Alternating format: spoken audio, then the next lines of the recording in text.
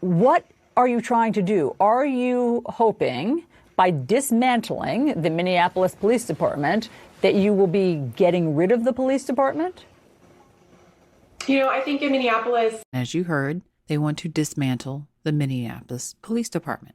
What you should be getting out of this as you watch her is that she's shaking her head in agreement. She's not shying away from it. She's not hiding from it. Her face is not stressed. It's stress-free. There's no tight lines, no drawn mouth, nothing. She's relaxed, and she's in agreement with dismantling the police department. watching George Floyd's death and the actions of the 4 police officers that were involved has been a huge wake-up call for so many in Minneapolis to see what many already knew, which is that our police department is not keeping every member of our community safe. And as you continue to watch her, you also do not see a believe me look. You see emphasis. You see the body sing. This is what a belief system looks like. This is what a belief system looks like when you're living it and you believe it. In her mind, she's not antisocial. She's not anti-liberty. She is doing what's best for you. Then usually with these people, they're micromanagers. And so I think step 1 for us is to tell the truth. 9 council members from communities all across the city of all different backgrounds standing together to tell the truth and say, this system isn't working for too many of our neighbors for too long. Our reform efforts have failed, and we have done many attempts at reform and new leadership in the department and many things. And we still see this tragic death.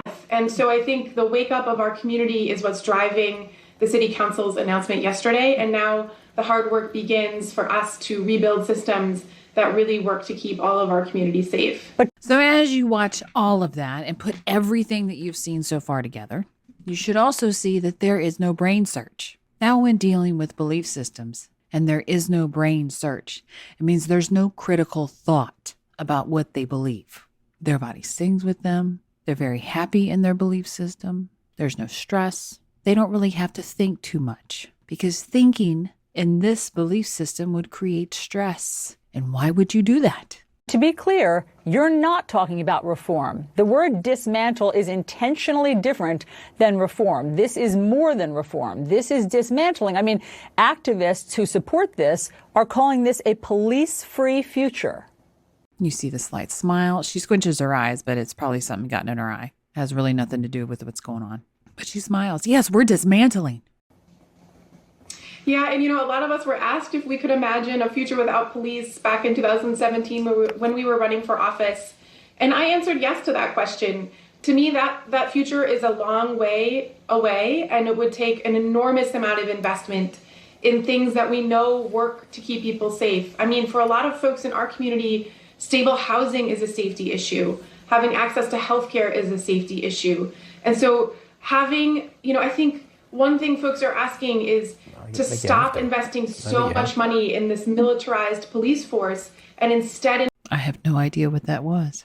I don't know who was talking. I don't even know what they said.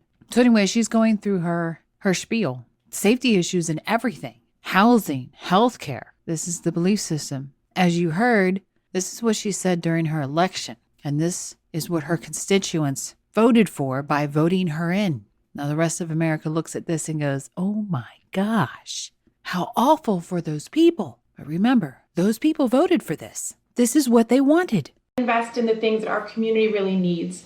So, I know the statement was bold, and I stand by that bold statement, but the work ahead of us will be long. It will include every member of our community. It has to.